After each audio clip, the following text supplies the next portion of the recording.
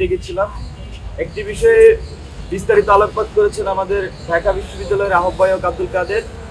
চলমান যে ছাত্ররাজনীতি ইস্যু ঢাকা বিশ্ববিদ্যালয়ে চলছে সে বিষয়ে ভাইয়ের যে বক্তব্য, এটাকে আমি একটু ছোট করে সামারাইজ করে দিচ্ছি। আমাদের মূল বক্তব্য হচ্ছে, গত বছর 17ই জুলাই ঢাকা বিশ্ববিদ্যালয়ের শিক্ষার্থীরা অভ্যুত্থান চলাকালীন সময়ে হলে হলে শিক্ষার্থীরা একটি সিদ্ধান্ত গ্রহণ করে এবং বিশ্ববিদ্যালয় প্রশাসন তাদের সিদ্ধান্তে সম্মতি জ্ঞাপন করে একটি সিগনেচার দেয়। সেটা ছিল হলে কোনো ধরনের ছাত্র রাজনীতি চলবে না। তো হল সংসদে কোনো ধরনের ছাত্র রাজনীতি চলবে না। আমরা দেখি যে গত 8ই আগস্ট আবারও শিক্ষার্থীরা সেই তাদের দাবি পুনরাবৃত্তি করে। বাংলাদেশ গণতান্ত্রিক ছাত্র সংসদ মনে করে তারা সাধারণ শিক্ষার্থীদের রাজনীতি করে।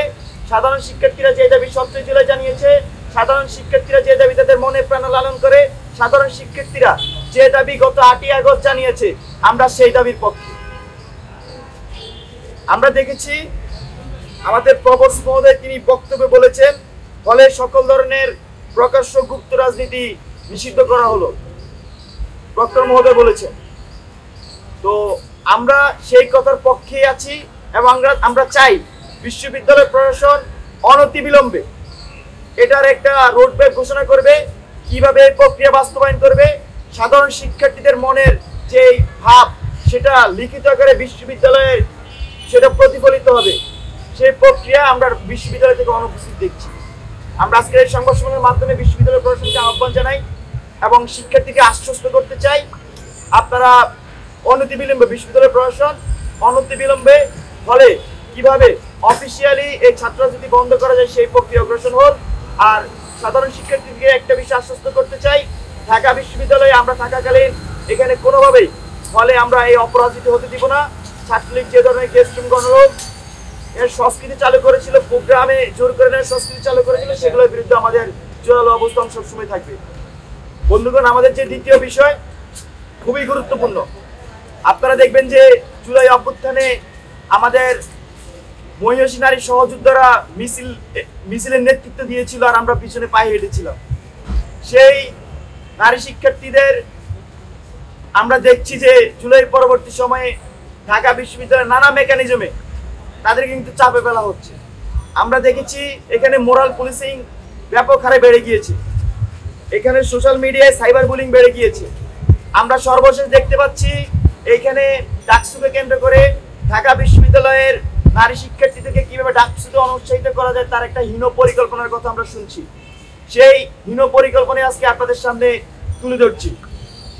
উপস্থিত বন্ধুগণ, আপনারা জানেন ঢাকা বিশ্ববিদ্যালয়ে আমাদের নারী শিক্ষার্থীদের জন্য মাত্র 5টি হল বরাদ্দ আছে। আমাদের নারী শিক্ষার্থী প্রায় 47.5% ঢাকা বিশ্ববিদ্যালয়ের মোট নারী শিক্ষার্থী।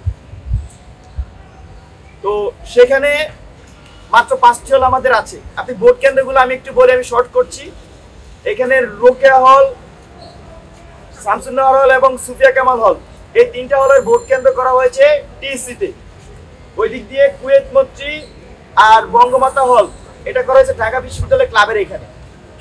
আপনারা দেখবেন আমি যেটা বলছি, রোকেয়া হলের শিক্ষার্থীর সংখ্যা 5641, সুফিয়া কামাল হলের নারী শিক্ষার্থীর সংখ্যা 4434 এবং শামসুন্নাহর হলের নারী শিক্ষার্থীর সংখ্যা 4084। মোট নারী শিক্ষার্থী তারা এই 3টি হলে 14141। টিসির মতো একটা ছোট জায়গায় 14141টা ভোট সারাদিনে কাজ করা কোনোভাবেই সম্ভব না আমরা মনে করছি। টিসিতে আপনারা যারা টিসি সম্পর্কে অবগত আছেন দেখবেন যে টিসিতে একটি ক্যাফেটেরিয়া আছে, একটি গেমস রুম আছে আর একটি অডিটোরিয়াম আছে যেখানে ভোট কাস্ট হতে পারে। এই 3টি জায়গায় সর্বোচ্চ 3 থেকে 4000 ভোট একদিনে কাজ করা সম্ভব।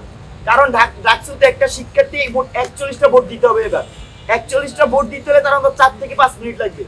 এই যে 4 থেকে 5 মিনিট সময় ধরে সে ভোট দিবে, তার মানে আমি 3টা জায়গায় যদি ভোট নিতে পারি সর্বোচ্চ সারাদিন 3 থেকে 4000 ভোট কাজ করা সম্ভব। কিন্তু এই কেন্দ্রে যখন 14141 জন শিক্ষার্থীর ভোট নেওয়ার পরিকল্পনা করা হয়, তার মানে এর পিছনে একটি হীন পরিকল্পনা আছে। আমরা বিভিন্ন মাধ্যমে শুনতে পেয়েছি বিশ্ববিদ্যালয় প্রশাসনের উপর ভর করে একটি অংশ যাদের নারী শিক্ষার্থী হলে ভোট নাই, যাদের আসলে নারীদের প্রতিনিধিত্ব করে না, যারা নারীদের রাজনীতিকে নিরুৎসাহিত করে, যারা সেটাকে স্বীকার করে না, ওই অংশের একটা এখানে হীন পরিকল্পনা আছে।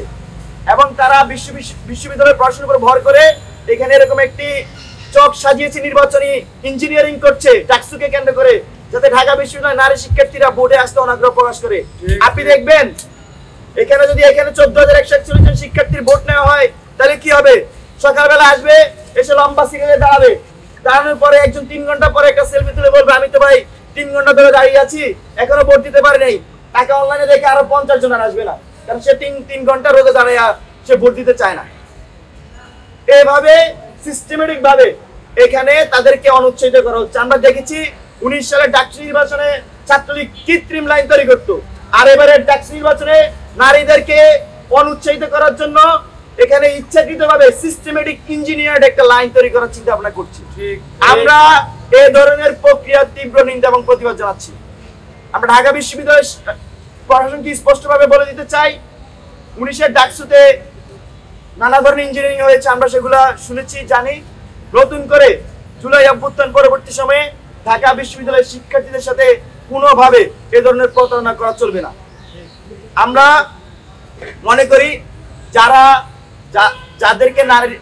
নারীদেরকে প্রতিনিধিত্ব করে না, বা যারা নারীদেরকে এভাবে ভোটে অনুষ্ঠিত করা প্ল্যান বা চক বাস্তবায়ন করছে, তাদের ব্যাপারে নারীরা এবার ব্যালট বিপ্লবের মাধ্যমে জবাব দিবে।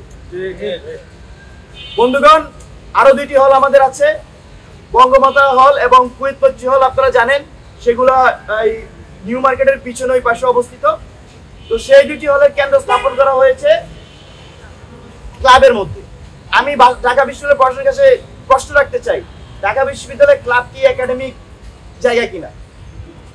আমাদের কথা ছিল, আমাদেরকে বলা হয়েছিল একাডেমিক এলাকার মধ্যে কি করা হবে, কেন্দ্র করা হবে। টিএসসি একাডেমিক এলাকা কিনে আমি ঢাকা বিশ্ববিদ্যালয় প্রশাসনের কাছে প্রশ্ন রাখতে চাই।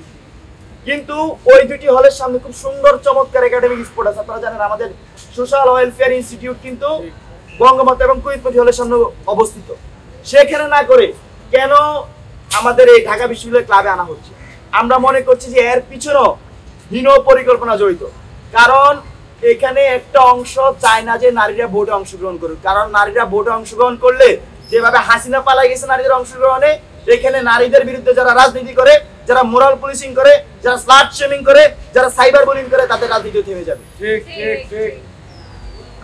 আমি ঢাকা এখানে আপনারা দেখবেন এখানে যথেষ্ট দূরত্ব।